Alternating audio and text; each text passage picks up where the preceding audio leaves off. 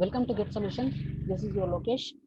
So in last class we had a discussion regarding the decision tree analysis method. Now ಯಾವ ತರ decision ನ ತಗೊಳ್ಳೋದು based on the tree analysis structure base ಮೇಲೆ by considering the probability and probable values for the cash inflows ಅಂತ ಹೇಳ್ಬಿಟ್ಟು ನಾವು decision ನ ತಗೊಂಡಿದ್ದೀವಿ.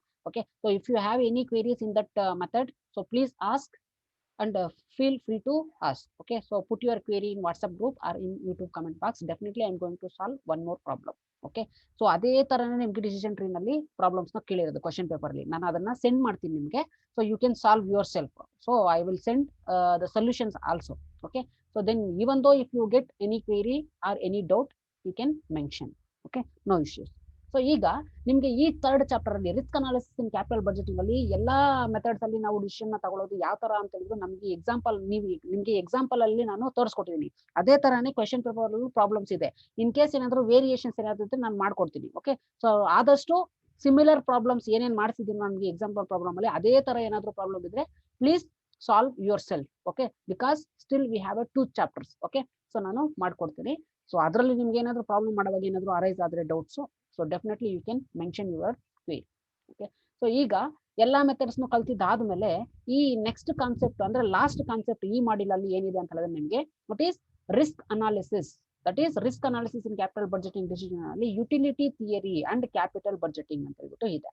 So you know very well that is a capital budgeting ಏನ್ ಹೇಳುತ್ತೆ ಅಂತ ಹೇಳಿದ್ರೆ ನಿಮಗೆ ಒಂದು ಲಾಂಗ್ ಟರ್ಮ್ ಅಸೆಟ್ಸ್ ನ, ಸೊ ಅಸೆಟ್ಸ್ ನ ಅಥವಾ ಒಂದು ಇನ್ವೆಸ್ಟ್ಮೆಂಟ್ ಮಾಡ್ಬೇಕಂತ ಹೇಳಿದ್ರೆ ಯಾವ ತರ ನೀವು ಟ್ರೀಟ್ ಮಾಡಬೇಕು ಅಥವಾ ಯಾವ ತರ ಕ್ಯಾಪಿಟಲ್ ಬಜೆಟಿಂಗ್ ಟೆಕ್ನಿಕ್ ಅಪ್ಲೈ ಮಾಡ್ಕೊಂಡು ಒಂದು ಪ್ರಾಜೆಕ್ಟ್ ನ ಸೆಲೆಕ್ಟ್ ಮಾಡ್ಕೋಬೇಕು ಅಂತ ಹೇಳ್ಬಿಟ್ಟು ಹೇಳ್ತಿದೆ.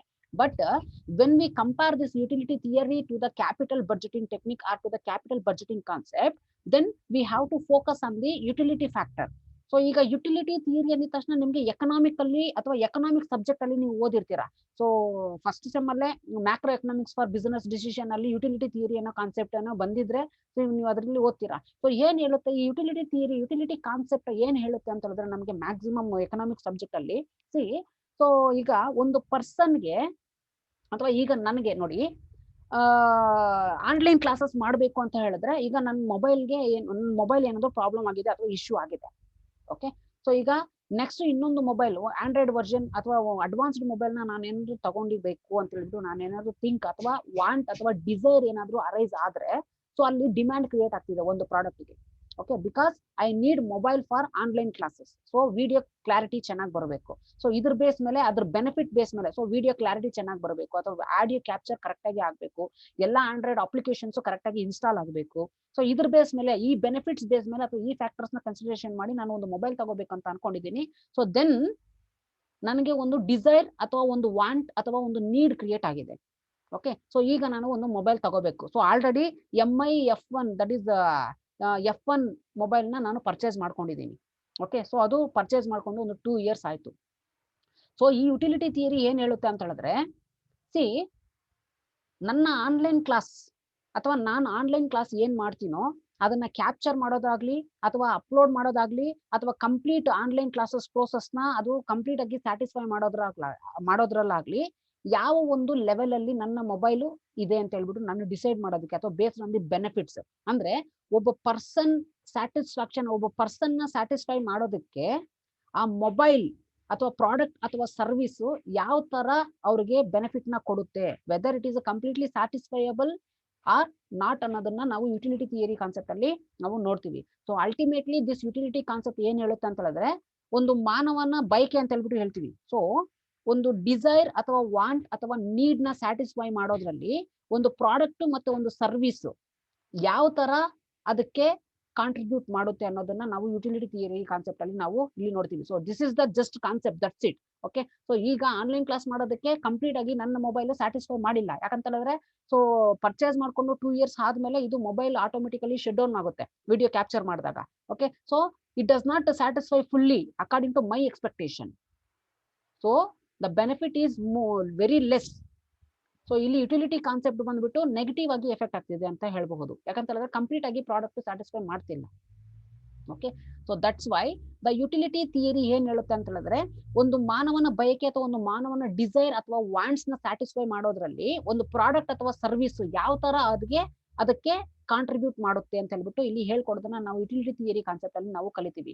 So similar to that concept of utility theory, here the utility utility theory concept is completely matched to the capital budgeting technique. ಈಗ capital budgeting ಅಂತ ಹೇಳಿದ್ರೆ it is all about deciding about the long term investment proposals and selection of the long term investment based on the profitability or expected rate of return based on the certain concepts or factors based ಮೇಲೆ ನಾವು select ಮಾಡ್ತೀವಿ. that is a capital budgeting process. so ಈ capital budgeting utility theory ಯಾವಾಗ concept ನಾವು match ಮಾಡ್ತೀವೋ then see this utility theory aims at incorporation of the decision makers risk performance.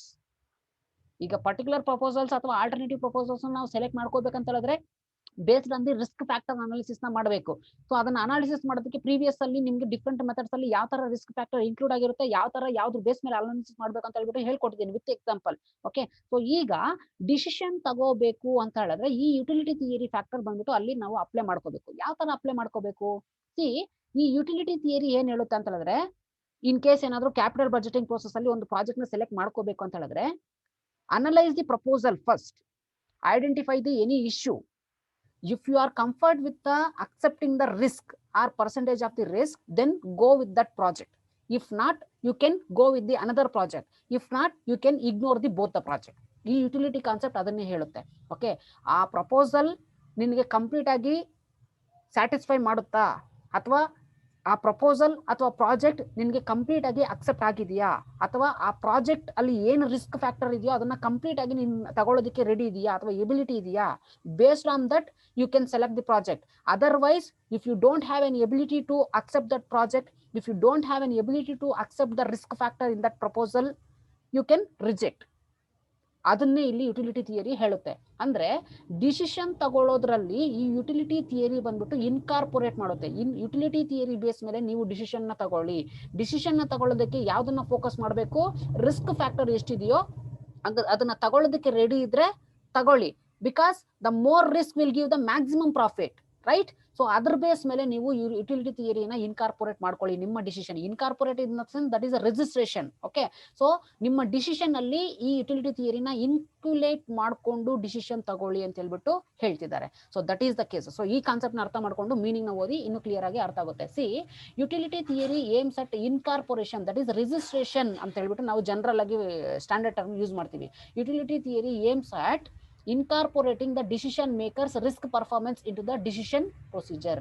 So ಒಂದು proposals ನ select ಮಾಡ್ಕೋಬೇಕಂತ ಹೇಳಿದ್ರೆ, risk factor ನ analysis ಮಾಡಬೇಕು ಅಂತ ಹೇಳಿದ್ರೆ ಈ ಯುಟಿಲಿಟಿ ಥಿಯರಿ ಕಾನ್ಸೆಪ್ಟ್ ನ ಅಡಾಪ್ಟ್ ಮಾಡ್ಕೊಂಡು ನೀವು ಡಿಸಿಷನ್ ತಗೊಳ್ಳಿ.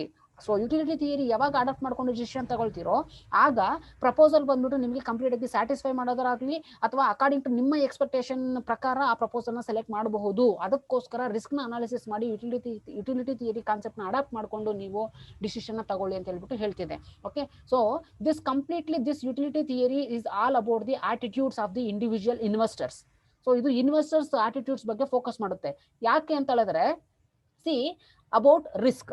ಸೊ ಈಗ ಇನ್ವೆಸ್ಟರ್ಸ್ ಬಂದ್ಬಿಟ್ಟು ಪ್ರಪೋಸಲ್ ನ ಸೆಲೆಕ್ಟ್ ಮಾಡ್ಬೇಕು ಅಂತ ಹೇಳಿದ್ರೆ, ಎವ್ರಿ ಇನ್ವೆಸ್ಟರ್, ಈಗ ನೀವಾದ್ರೂ ಆಗ್ಲಿ ನಾನಾದ್ರೂ ಆಗ್ಲಿ, ರಿಸ್ಕ್ ಜಾಸ್ತಿ ಇದ್ರೆ ಸ್ವಲ್ಪ ಹಿಂದೇಟ್ ಆಗ್ತೀವಿ ಆ ಪ್ರಾಜೆಕ್ಟ್ ನ ತಗೊಳ್ಳೋದಕ್ಕೆ. ಓಕೆ, ಇನ್ ಕೇಸ್ ಏನಾದ್ರು ತುಂಬಾ ಲಾಸ್ ಆಗೋದ್ರೆ ಏನ್ ಮಾಡಬಹುದು ಅಂತ. Okay, so therefore here clearly mentioned that is this utility theory is speaks about or deals with the all about the attitude of the individual investors, that is all about the towards risk. So risk factor ನ concentration ಮಾಡುತ್ತೆ.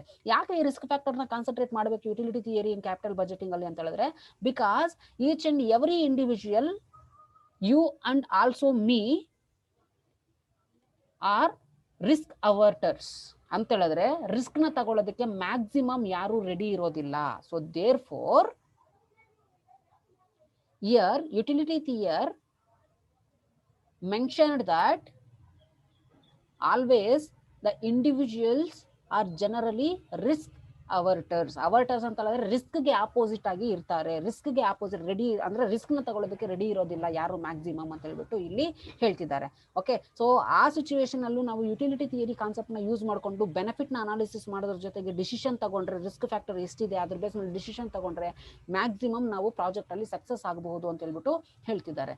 Okay, so similarly we are going to calculate and we are going to calculate the that is percentage of risk to decision making. ಓಕೆ, percentage of risk, expected return, ಅದನ್ನ values base ಮೇಲೆ numerical values ನಲ್ಲಿ ಏನಾದ್ರು ಕೊಟ್ಟಿದ್ರೆ ಈಸಿಯಾಗಿ decision ತಗೋಬಹುದು based on the utility theory. Okay, utility theory ಅಂತ ಹೇಳಿದ್ರೆ ಬೆನಿಫಿಟ್ ಬೇಸ್ ಮೇಲೆ ನಾವು ಡಿಸಿಷನ್ ತಗೊಳ್ತೀವಿ. Okay, that you have to keep it in mind.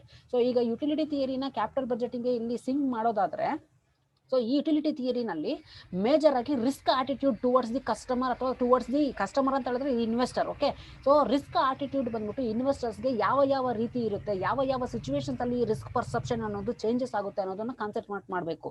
ಅದಕ್ಕೋಸ್ಕರ ನಾವು ರಿಸ್ಕ್ ಆಟಿಟ್ಯೂಡ್ ಅಂದ್ರೆ ಏನು ಅಂತ ನಾವು ತಿಳ್ಕೋಬೇಕು. See, as related to the risk attitude, the attitude, it will be going to completely focus on the attitude of the individual investors towards ultimately the risk factor. So therefore they can be classified in 3 categories. ಆದ್ರಿಂದ ಈ risk factor ನ correct ಆಗಿ analysis ಮಾಡೋದಕ್ಕೆ major ಆಗಿ ಈ risk attitude ನ ಬಂದ್ಬಿಟ್ಟು 3 category ಮಾಡಿದ್ದಾರೆ. ಓಕೆ, ಯಾಕಂತ ಹೇಳಿದ್ರೆ ರಿಸ್ಕ್ ಆಟಿಟ್ಯೂಡ್, ಈಗ attitudes of the individual behaviour is different from one person to another person ಅಲ್ವಾ. ನಿಮ್ಮ ಹತ್ರ ಇರೋ ಆಟಿಟ್ಯೂಡು ಅಥವಾ ನೀವು ತಗೊಳ್ಳೋ ಡಿಸಿಷನ್ ಬಂದ್ಬಿಟ್ಟು ನಾನ್ ತಗೊಳ್ಳೋದಕ್ಕಾಗೋದಿಲ್ಲ. ಕೆಲವೊಂದು ಸರಿ ನಿಮ್ಮ ಡಿಸಿಷನ್ಸ್ ಬಂದ್ಬಿಟ್ಟು ಕರೆಕ್ಟ್ ಆಗಿ ಮ್ಯಾಚ್ ಆಗಬಹುದು, but the way of thinking is different. ಆ ಪ್ರಪೋಸಲ್ ಮ್ಯಾಚ್ ಆದ್ರೇನು ನಾವು ಯಾವ್ದ್ರ ಬೇಸ್ ಮೇಲೆ ಥಿಂಕ್ ಮಾಡಿದೀವಿ ಅನ್ನೋದು ಡಿಫ್ರೆಂಟ್ ಆಗಿರುತ್ತೆ. So that's why in order to analyse the risk attitude of the individual investor, the risk attitudes can be classified in 3 categories. So ಅದರಲ್ಲಿ first one ಯಾವುದು ಅಂತ ಹೇಳಿದ್ರೆ that is risk averse. So risk averse in the sense risk oppose ಮಾಡೋರು. So averse in the sense opposite. Okay, risk ನ ತಗೊಳ್ದೇ ಇರೋರು ಒಂದು category. Next ಬಂದ್ಬಿಟ್ಟು ರಿಸ್ಕ್ ನ್ಯೂಟ್ರಲ್ ಅಂತ ಹೇಳಿದ್ರೆ ರಿಸ್ಕ್ ನ ಅವರು ತಗೊಳ್ಳಬಹುದು ಅಥವಾ ತಗೊಳ್ದೇನು ಇರಲೂಬಹುದು. So they are risk neutral. So ಇದನ್ನ ಈ ತರ ಬೇಕಾದ್ರೂ ಅಸಂಪ್ಷನ್ ಮಾಡ್ಕೋಬಹುದು, ರಿಸ್ಕೇ ಇಲ್ದಿರೋ ಪ್ರಾಜೆಕ್ಟ್ ನ ಅವರು ತಗೊಳ್ಳೋದಕ್ಕೆ ರೆಡಿ ಇರ್ತಾರೆ. ಸೊ ಇಲ್ಲಿ ರಿಸ್ಕ್ ಅವರ್ಸ್ ಅಂತ ಹೇಳಿದ್ರೆ ರಿಸ್ಕ್ ನ ಅಪೋಸ್ ಮಾಡೋರು, ಇಲ್ಲಿ ರಿಸ್ಕೇ ಇಲ್ದಿರೋ ಪ್ರಾಜೆಕ್ಟ್ ನ ತಗೊಳ್ಳೋರು ನ್ಯೂಟ್ರಲ್, ರಿಸ್ಕ್ ನ್ಯೂಟ್ರಲ್ ಇದ್ರೆ ಮಾತ್ರ ಅವ್ರು ತಗೊಳ್ಳೋದಕ್ಕೆ ರೆಡಿ ಇರ್ತಾರೆ. ಅದೊಂದು ಕ್ಯಾಟಗರಿ. ನೆಕ್ಸ್ಟ್ ಬಂದ್ಬಿಟ್ಟು ರಿಸ್ಕ್ ಸೀಕಿಂಗ್. ಸೊ ಇಲ್ಲಿ ರಿಸ್ಕ್ ಸೀಕಿಂಗ್ ಅಂತ ಹೇಳಿದ್ರೆ ರಿಸ್ಕ್ ನ ತಗೊಳ್ಳೋದಕ್ಕೆ ರೆಡಿ ಇರ್ತಾರೆ. ಸೊ ಫಸ್ಟ್ ಬಂದ್ರು ರಿಸ್ಕ್ ಅವರ್ಸ್, ರಿಸ್ಕ್ ನ ಅಪೋಸ್ ಮಾಡೋರು. ಸೆಕೆಂಡ್ ಒನ್ ಬಂದ್ರು ರಿಸ್ಕ್ ತಗೊಳ್ಳೋದಕ್ಕೆ ರೆಡಿ ಇಲ್ಲದೆ ಇರೋರು. ಥರ್ಡ್ ಕ್ಯಾಟಗರಿ ಏನು ಅಂತಂದ್ರೆ ರಿಸ್ಕ್ ನ ತಗೊಳ್ಳೋರು, ಎಷ್ಟೇ ರಿಸ್ಕ್ ಇರ್ಲಿ ಅವ್ರು ತಗೊಳ್ತಾರೆ. Okay, so they are the challenging person. So challenge ಮಾಡ್ತಾರೆ ರಿಸ್ಕ್ಗೆ. ಈವನ್ ರಿಸ್ಕ್ ಇದ್ರೆ ನಾನು ಎಬಿಲಿಟಿ ಇದೆ ನನ್ನ ಕೈಯಲ್ಲಿ ಆ ಇನ್ವೆಸ್ಟ್ಮೆಂಟ್ ನ ಪ್ರಪೋಸಲ್ ನ ಅಥವಾ ಇನ್ವೆಸ್ಟ್ಮೆಂಟ್ ನ ಸೆಲೆಕ್ಟ್ ಮಾಡಿ ನಾನು ಮ್ಯಾನೇಜ್ ಮಾಡ್ತೀನಿ ಅನ್ನೋರು. Okay, so maximum utility theory ನಿಮಗೆ 2 ಮಾರ್ಕ್ಸ್ ಗೆ ಕೇಳಬಹುದು. What is risk neutral, what is risk seeking and what is risk hours ಅಂತ ಹೇಳ್ಬಿಟ್ಟು ಅವರು ಕೇಳಬಹುದು. ಓಕೆ, ಸೊ 2 ಮಾರ್ಕ್ಸ್ ಗೆ ಇಂಪಾರ್ಟೆಂಟ್ ಇದೆ.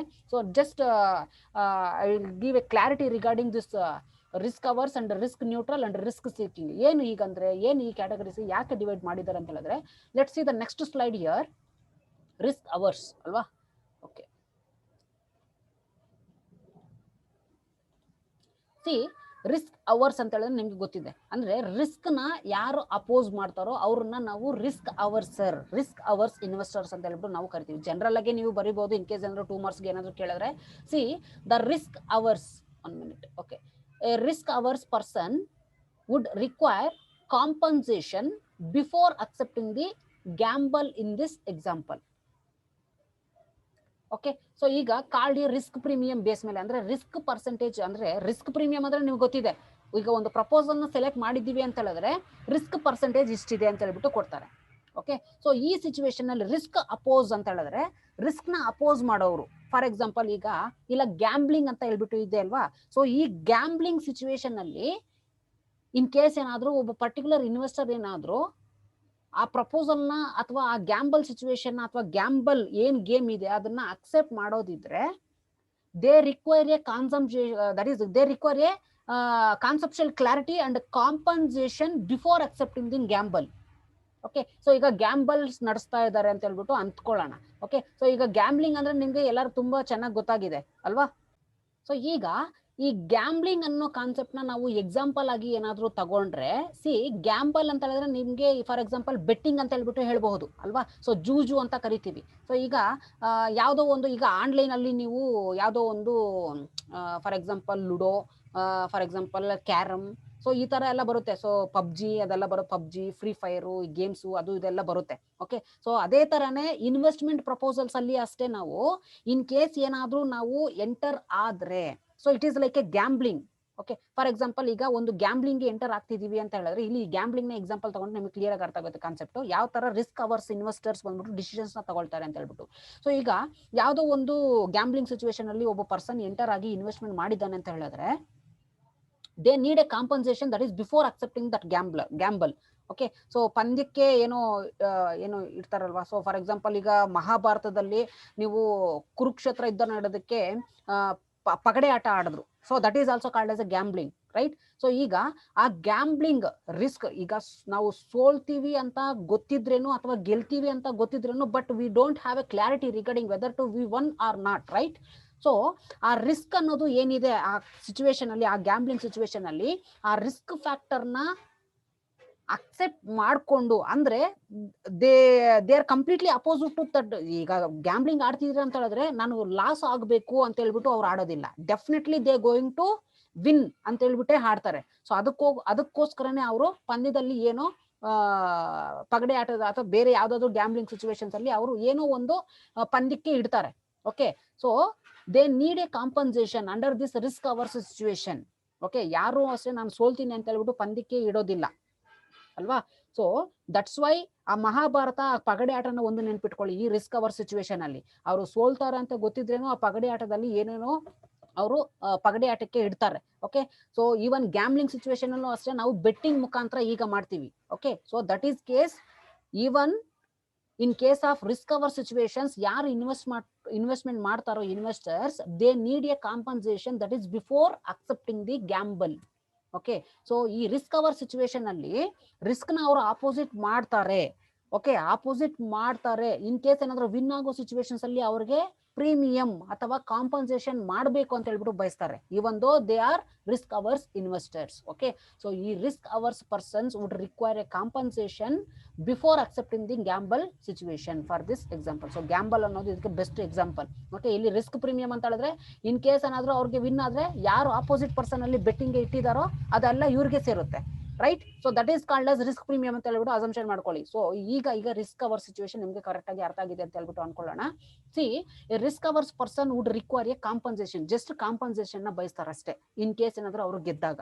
But they are completely opposite to the risk. ನಾನು ಸೋಲ್ಬಾರ್ದು ಅಂತಲೇ ಅವರು ಅವರ್ಸ್ ಅಂದ್ರೆ ಅಪೋಸ್ ಮಾಡ್ತಾರೆ ರಿಸ್ಕ್ ನ. ಇನ್ ಕೇಸ್ ಏನಾದ್ರು ಆತರ ಏನಾದ್ರು ಇದ್ರೆ they need a compensation, risk premium ನ ಬೇಕು ಅಂತ ಹೇಳ್ಬಿಟ್ಟು ಇರ್ತಾರೆ. So they are the risk hours. Okay. So next ಬಂದ್ಬಿಟ್ಟು ನಿಮ್ಗೆ ರಿಸ್ಕ್ ಅವರ್ಸ್ ಆದ್ಮೇಲೆ ಸಿ, ಸೊ ಅದೇ ತರ ಇಲ್ಲಿ ರಿಸ್ಕ್ ನ್ಯೂಟ್ರಲ್ ಸಿಚುವೇಶನ್ ಅಲ್ಲಿ ನಾನು ಆಗ್ಲೇ ಹೇಳಿದ್ದೀನಿ. Okay. So risk neutral situation ಅಲ್ಲಿ ಪರ್ಸನ್ಸ್ ಅಥವಾ ಇನ್ವೆಸ್ಟರ್ಸ್ ಮೈಂಡ್ ಸೆಟ್ ಯಾವ ತರ ಇರುತ್ತೆ ಅಂತ ಹೇಳಿದ್ರೆ, ಸೊ ಅವರು they are only concentrating on the risk premium.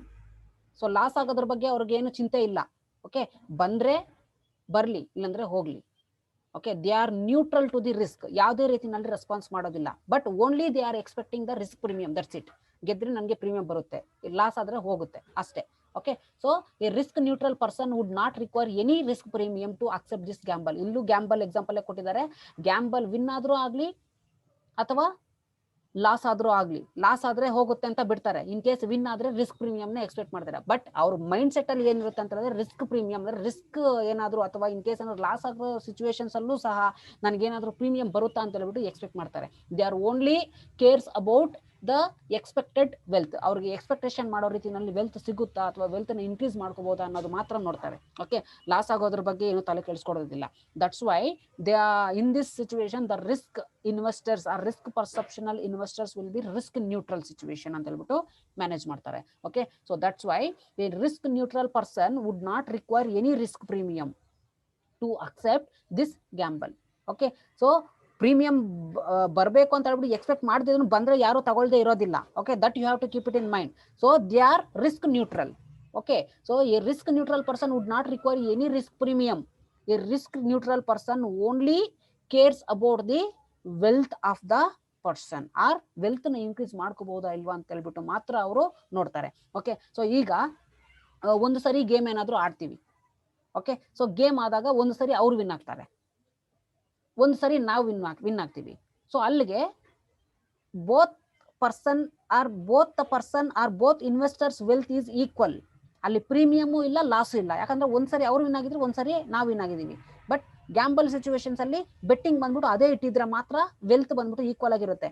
Okay. So ಒಂದೊಂದು ಸಿಚುವೇಶನ್ಸ್ ರೂಲ್ಸ್ ರೆಗ್ಯುಲೇಷನ್ಸ್ ಏನಾದ್ರು ಚೇಂಜ್ ಆದ್ರೆ ಅಲ್ಲಿ ರಿಸ್ಕ್ ಪ್ರೀಮಿಯಮ್ ಆಗಬಹುದು ಅಥವಾ ರಿಸ್ಕ್ ಲಾಸ್ ಆದ್ರೂ ಆಗಬಹುದು. ಸೊ ಇಲ್ಲಿ ರಿಸ್ಕ್ ನ್ಯೂಟ್ರಲ್ ಸಿಚುವೇಶನ್ ಅಲ್ಲಿ ಸಿ ದ ಸಿಚುವೇಶನ್ ಅಲ್ಲಿ ಕಾನ್ಸೆಪ್ಟ್ ಬಂದ್ಬಿಟ್ಟು ಸೇಮ್ ಆಗಿರುತ್ತೆ. ಸೊ ರಿಸ್ಕ್ ನ್ಯೂಟ್ರಲ್ ಸಿಚುವೇಶನ್ಸ್ ಅಲ್ಲಿ ಆ ರಿಸ್ಕ್ ಇನ್ವೆಸ್ಟರ್ಸ್ ಯಾರು ಇನ್ವೆಸ್ಟ್ಮೆಂಟ್ ಮಾಡ್ತಾರೆ ಅವರು ಪ್ರೀಮಿಯಂ, ನನಗೆ ಪ್ರಾಫಿಟ್ ಬರಬೇಕು, ನನಗೆ ಕಂಪ್ಲೀಟ್ ಆಗಿ ಪ್ರೀಮಿಯಂ ಬರ್ಬೇಕಂತ ಎಕ್ಸ್ಪೆಕ್ಟ್ ಮಾಡೋದಿಲ್ಲ. But they are only care about the wealth. ನನ್ನ ವೆಲ್ತ್ ಬಂದ್ಬಿಟ್ಟು ಎಷ್ಟಿದೆಯೋ ಅಷ್ಟೇ ಇದೆಯಾ, ಇಲ್ಲ ಜಾಸ್ತಿ ಆಗಿದೆಯಾ ಅಥವಾ ಕಡಿಮೆ ಆಗಿದೆಯಾ ಅಂತ ಮಾತ್ರ ಥಿಂಕ್ ಮಾಡ್ತಾರೆ. Okay, so they are completely risk neutral, risk ಬಗ್ಗೆ ತಲೆ ಕೆಡ್ಸ್ಕೊಳ್ಳೋದಿಲ್ಲ. ಓಕೆ, ಸೊ ನೆಕ್ಸ್ಟ್ ಬಂದ್ಬಿಟ್ಟು ಈ ಸಿಚುವೇಶನ್ ಅಲ್ಲಿ ಯಾರು ಬರ್ತಾರೆ ಅಂತಂದ್ರೆ, ಯಾರು ಕಂಪ್ಲೀಟ್ ಆಗಿ ಫೈನಾನ್ಷಿಯಲ್ ಆಗಿ ಫಿಟ್ ಆಗಿರ್ತಾರೋ, ಫೈನಾನ್ಷಿಯಲಿ ಗುಡ್ ಆಗಿರ್ತಾರೋ, ಅವ್ರು ಬಂದ್ಬಿಟ್ಟು ಈ ರಿಸ್ಕ್ ನ್ಯೂಟ್ರಲ್ ಸಿಚುವೇಶನ್ಗೆ ಎಂಟರ್ ಆಗಬಹುದು ಅಥವಾ ಎಂಟರ್ ಆಗಿರ್ತಾರೆ. ಓಕೆ, ಸೊ ನೆಕ್ಸ್ಟ್ ಬಂದ್ಬಿಟ್ಟು ರಿಸ್ಕ್ ನ್ಯೂಟ್ರಲ್ ಸಿಚುವೇಶನ್ ಆದ್ಮೇಲೆ ನಿಮಗೆ that is risk seeking. So the name only indicates the investors in this situation, they are seeking the risk, they are loving the risk. Risk ಎಷ್ಟೇ ಇರಲಿ ಅವರು ತಗೊಳ್ಳೋದಕ್ಕೆ ರೆಡಿಯಾಗಿ ಇರ್ತಾರೆ. Okay, so let see some individuals may have a risk seeking preferences, also called risk loving preferences.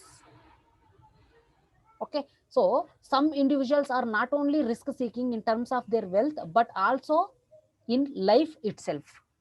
For example, ಈಗ risk seeking ಅಂತ ಹೇಳ್ಬಿಟ್ಟು, so ಈಗ ಯಾವುದೋ ಒಂದು ಕಾಲೇಜಲ್ಲಿ ಫಾರ್ ಎಕ್ಸಾಂಪಲ್ ಬೆಂಗಳೂರು ನಾರ್ತ್ ಯೂನಿವರ್ಸಿಟಿನಲ್ಲಿ ಪಿ ಜಿ ಸೆಂಟರ್ ಅಲ್ಲಿ ಓದ್ತಿದ್ದೀರಾ ಅಂತ ಅನ್ಕೊಳ್ಳೋಣ. ಓಕೆ, ಸೊ ಈಗ ಪಿ ಜಿ ಸೆಂಟರ್ ಅಲ್ಲಿ ಯಾವುದೋ ಒಂದು ಕ್ಲಾಸಲ್ಲಿ ಓದ್ತಿದ್ದೀರಾ ಅಂತ ಅನ್ಕೊಂಡಾಗ ಪದೇ ಪದೇ ಪದೇ ಪದೇ ನಿಮ್ಗೆ ಏನಾದ್ರೂ ವರ್ಕ್ ಹೇಳ್ತಾ ಇದ್ರೆ definitely you are going to ignore one or another time, right? But you are, even though in that situation you are ready to take that risk because you are going to learn something on the work, right? So ಯಾರೋ ಏನಾದ್ರೂ ಹೇಳಿದ್ರೆ ಹೇಳ್ತಾ ಇದ್ರೇನೋ ಏನೋ ಒಂದು at least ಅದು ಕರೆಕ್ಟಾ ತಪ್ಪೋ ಏನೋ ಒಂದು ಕಲಿತೀರಾ. Okay, then you are the risk seeker. See, ಅದನ್ನೇ ಇಲ್ಲಿ ಹೇಳ್ತಿದ್ದಾನೆ, some individuals may risk seeking preferences. ಅದು ಕಷ್ಟ ಅಂತ ಗೊತ್ತಿದ್ರೆ ನೀವು ಮಾಡೋದಕ್ಕೆ ರೆಡಿ ಇರ್ತೀರಾ. But you are accepting the risk, you are the risk lover, then you are the risk seeker. So ನಿಮ್ಮ ಸಿಚುವೇಶನ್ ಇಲ್ಲಿಗೆ ತಗೊಂಬಂದ್ರೆ ಅದು ರಿಸ್ಕ್ ಸೀಕಿಂಗ್ ಅಂತ ಹೇಳ್ಬಿಟ್ಟು ಹೇಳಬಹುದು. ಸಿ, ಅದನ್ನೇ ಇಲ್ಲಿ ಎಕ್ಸಾಂಪಲ್ ಪ್ರಕಾರ ಹೇಳ್ತಿದ್ದಾನೆ, some individuals are not only risk seeking in terms of their wealth. So ಈಗ ನಾನು ರಿಸ್ಕ್ ತಗೊಂಡ್ರೆ ನನಗೆ ಪ್ರಾಫಿಟ್ ಬರುತ್ತೆ ಅಂತ ಅನ್ನೋದಕ್ಕಿಂತ ಏನಾದ್ರೂ ಒಂದು ಕಲಿತೀವಿ ಅಂತೀವಲ್ವಾ, ಸೊ ಅದು ಲೈಫ್ ಸಿಚುವೇಶನ್ ಆಗುತ್ತೆ. ಅದನ್ನೇ ಇಲ್ಲಿ ಹೇಳಿ ಎಕ್ಸ್ಪ್ಲೇನ್ ಮಾಡ್ತಿದ್ದಾನೆ. So some individuals are not only risk seeking in terms of their wealth but also in life itself. For example ನೋಡಿ, ಎಕ್ಸಾಂಪಲ್ ಇಲ್ಲಿ ಸ್ಪೆಸಿಫೈ ಮಾಡಿದ್ದಾನೆ ಕ್ಲಿಯರ್ ಆಗಿ, race car drivers, soldiers in special military forces and criminals. Okay, so ಇಲ್ಲಿ complete ಆಗಿ race car drivers, ಅವ್ರಿಗೆ next ಅವ್ರು ಬದುಕ್ತಾರೋ ಇಲ್ಲ ಅಂತ ಹೇಳ್ಬಿಟ್ಟು ಗೊತ್ತಿಲ್ಲ. ಸೊ ರೇಸ್ ಅಲ್ಲಿ ಏನಾದ್ರೂ ಆಗಬಹುದು, ಬಟ್ ವಿನ್ನಿಂಗ್ ಆಗ್ಬೇಕು ಅಂತ ಹೇಳ್ಬಿಟ್ಟು ಕಂಪ್ಲೀಟ್ ಆ ಲೈಫ್ ರಿಸ್ಕ್ ನೇ ತಗೊಳ್ತಾರೆ. Okay, so they are the risk seekers. ಅವ್ರನ್ನು ಒಂದು ಎಕ್ಸಾಂಪಲ್ ಅಂತ ತಗೋಬಹುದು. Next soldiers, you know very well. So soldiers ಬಗ್ಗೆ ಹೇಳೋ ಇದೇ ಇಲ್ಲ ನಿಮ್ಗೆ, ಕಂಪ್ಲೀಟ್ ಆಗಿ ತುಂಬಾ ಚೆನ್ನಾಗಿ ಗೊತ್ತಿದೆ ಯಾವ ತರ ನಮ್ಮ ಗಡಿ ಭಾಗಗಳನ್ನ ಮತ್ತೆ ದೇಶನ ಕಾಯ್ತಾರೆ ಅಂತ ಹೇಳ್ಬಿಟ್ಟು. So they are also completely risk takers, right? Because of them we are here. So big salute to the soldiers. So they are the very much risk takers. And also criminals.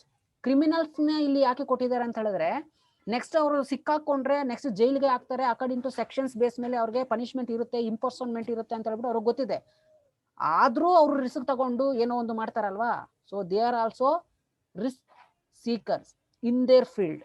Okay, so ಯಾವುದೇ field ಅಲ್ಲಾದ್ರೂ ಆಗ್ಲಿ risk ತಗೊಳ್ಳೋರ್ನ, ಅಥವಾ future ಅಲ್ಲಿ ಏನಾಗುತ್ತೋ ಅದು punishment ಆದ್ರೂ ಆಗ್ಲಿ ಏನೋ ಒಂದು ಆದ್ರೇನು ಅವರು ತಗೊಳ್ಳೋದಕ್ಕೆ ರೆಡಿ ಇರ್ತಾರಲ್ವಾ, ರಿಸ್ಕ್ ಆಪರೇಷನ್ ಸಕ್ಸಸ್ ಮಾಡೋದಕ್ಕೆ.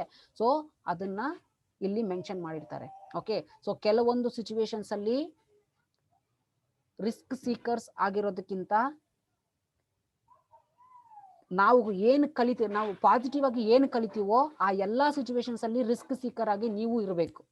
ಓಕೆ, ಸೊ ಇಲ್ಲಿ ಸಬ್ಜೆಕ್ಟ್ ಹೇಳ್ಕೊಡೋದಕ್ಕಿಂತ ಇಲ್ಲಿ ಸಬ್ಜೆಕ್ಟ್ ಅಲ್ಲಿ ನಮ್ಗೆ ಕಲಿಯೋದು ಇರುತ್ತೆ. ಓಕೆ, ಸೊ ಈ ಕಾನ್ಸೆಪ್ಟ್ ನ ನಮ್ಮ ಲೈಫ್ ಅಲ್ಲೂ ನಾವು ಅಪ್ಲೈ ಮಾಡ್ಕೋಬೇಕು. Okay, so this is the risk seeking. Okay, so ಈಗ ಈ ರಿಸ್ಕ್ ಅವರ್ಸ್ ಮತ್ತೆ ರಿಸ್ಕ್ ಸೀಕಿಂಗ್ ಮತ್ತೆ ರಿಸ್ಕ್ ನ್ಯೂಟ್ರಲ್ ಬಗ್ಗೆ ನಿಮ್ಗೆ ಒಂದು ಡಯಾಗ್ರಾಮ್ ಹೇಳ್ತೀನಿ.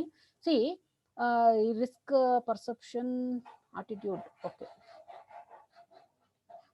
1 minute, I will share the slide. Okay, so ಈ ಡಯಾಗ್ರಾಮ್ ಇನ್ ಕೇಸ್ ಏನಾದರೂ ಸೆಕ್ಷನ್ ಬಿ ಗೆ ಕೇಳಿದ್ರೆ ಇದನ್ನ ಬರ್ದಿಡಿ, ಯುಟಿಲಿಟಿ ಥಿಯರಿ ಎಕ್ಸ್ಪ್ಲೇನ್ ಮಾಡಿ ಇನ್ ಕ್ಯಾಪಿಟಲ್ ಬಜೆಟಿಂಗ್ ಅಂತ ಹೇಳಿದ್ರೆ. ಸೊ 3 ಆಟಿಟ್ಯೂಡ್ಸ್ ಯಾವ್ದಿದೆ, risk averse, risk neutral and risk neutral ಆದ್ಮೇಲೆ ರಿಸ್ಕ್ ಸೀಕಿಂಗ್. ಸೊ ಅದನ್ನ ನೀವು ಎಕ್ಸ್ಪ್ಲೇನ್ ಮಾಡಿ ಈ ಡಯಾಗ್ರಾಮ್ ಜೊತೆಗೆ ಬರ್ದಿಡಿ. ಸೊ ಎಕ್ಸಾಂಪಲ್ಸ್ನು ನೀವು ಬರಿಬಹುದು, ಜನರಲ್ ಎಕ್ಸಾಂಪಲ್ಸ್ ನೀವು ಕೊಡಬಹುದು. ಓಕೆ, ಸೊ ಫಸ್ಟ್ ಬಂದ್ಬಿಟ್ಟು ನಿಮಗೆ ರಿಸ್ಕ್ ಅವರ್ಸ್ ಅಂತ ಹೇಳಿದ್ರೆ ರಿಸ್ಕ್ ನ ಅಪೋಸ್ ಮಾಡ್ತಿದ್ದಾರೆ ಅಂತ ಹೇಳ್ಬಿಟ್ಟು ಇಲ್ಲಿ ಕೊಡ್ತಾರೆ. So this is the utility, this is the wealth. So wealth ನ ಕ್ರಿಯೇಟ್ ಮಾಡ್ಕೊಳ್ಳೋದಕ್ಕೋಸ್ಕರ ರಿಸ್ಕ್ ನ ಅವರು ಅಪೋಸ್ ಮಾಡೋದಕ್ಕೆ ರೆಡಿ ಇರ್ತಾರೆ. So similarly in case of neutral, risk neutral ಅಲ್ಲಿ ಯುಟಿಲಿಟಿ ಥಿಯರಿ ಅಥವಾ ಯುಟಿಲಿಟಿನ ಅಥವಾ ಬೆನಿಫಿಟ್ ನ ಕಾನ್ಸಂಟ್ರೇಟ್ ಮಾಡ್ತಾ ಇರೋದಕ್ಕಿಂತ ಅವರು ವೆಲ್ತ್ ನ ಕಾನ್ಸಂಟ್ರೇಟ್ ಮಾಡ್ತಾರೆ. ಸೊ ವೆಲ್ತ್ ನ ಅದು ಇನ್ಕ್ರೀಸ್ ಆಗುತ್ತಾ ಡಿಕ್ರೀಸ್ ಆಗುತ್ತಾ, but most of the investors will be going to think about the increasing the wealth, but they are not expecting the any premium under this risk neutral because they are neutral to the risk ಅಂತ ಹೇಳಿದ್ರೆ they are neutral to the risk, 0 ಅಂತ ಹೇಳ್ಬಿಟ್ಟು ಹೇಳ್ಬಹುದು. ಇಲ್ಲಿ +1 ಅಂತ ಹೇಳ್ಬಿಟ್ಟು ನಾವು ಕರಿಬಹುದು. ಸೊ ಇಲ್ಲಿ -1 ಅಂತ ಹೇಳ್ಬಿಟ್ಟು ನಾವು ಕರಿಬಹುದು. Okay, because they are risk takers, they are risk lovers. Okay, so ultimate ಆಗಿ ರಿಸ್ಕ್ ತಗೊಂಡ್ರೆ ಅವ್ರಿಗೆ ಡೆಫಿನೆಟ್ ಆಗಿ ವೆಲ್ತ್ ಇನ್ಕ್ರೀಸ್ ಆಗಬಹುದು, ಹೇಳೋದಕ್ಕಾಗೋದಿಲ್ಲ. But decision is not immediately we can get right. So complete ಆಗಿ risk averse, risk neutral and risk seeking ಒಂದು diagram ನ ನೀವು ನೆಕ್ಸ್ಟ್ ಈ ತರ ಬೇಕಾದ್ರೂ ಬರ್ಕೋಬಹುದು. Okay, so that is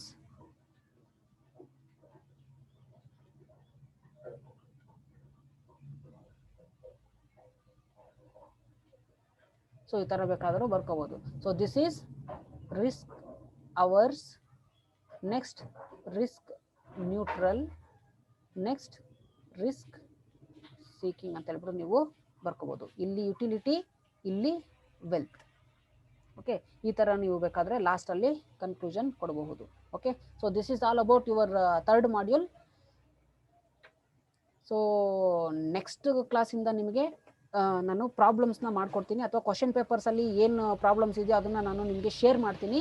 in case ಏನಾದರೂ ಪ್ರಾಬ್ಲಮ್ಸ್ ಏನಾದರೂ ಸಿಮಿಲರ್ ಆಗಿದ್ರೆ ಎಕ್ಸಾಂಪಲ್ ಪ್ರಾಬ್ಲಮ್ಸ್ ಜೊತೆಗೆ, ಸೊ ಅದನ್ನ ನಾನು ನಿಮಗೆ ಶೇರ್ ಮಾಡ್ತೀನಿ. You can work out. Okay, so ನೀವೇ ಅದನ್ನ ಸಾಲ್ವ್ ಮಾಡಿ. ಇನ್ ಕೇಸ್ ಏನಾದರೂ ಪ್ರಾಬ್ಲಮ್ ಏನಾದರೂ ಡಿಫ್ರೆಂಟ್ ಆಗಿದ್ರೆ ನಾನು ಸಾಲ್ವ್ ಮಾಡಿ ಕೊಡ್ತೀನಿ first. Okay, so thanks for watching.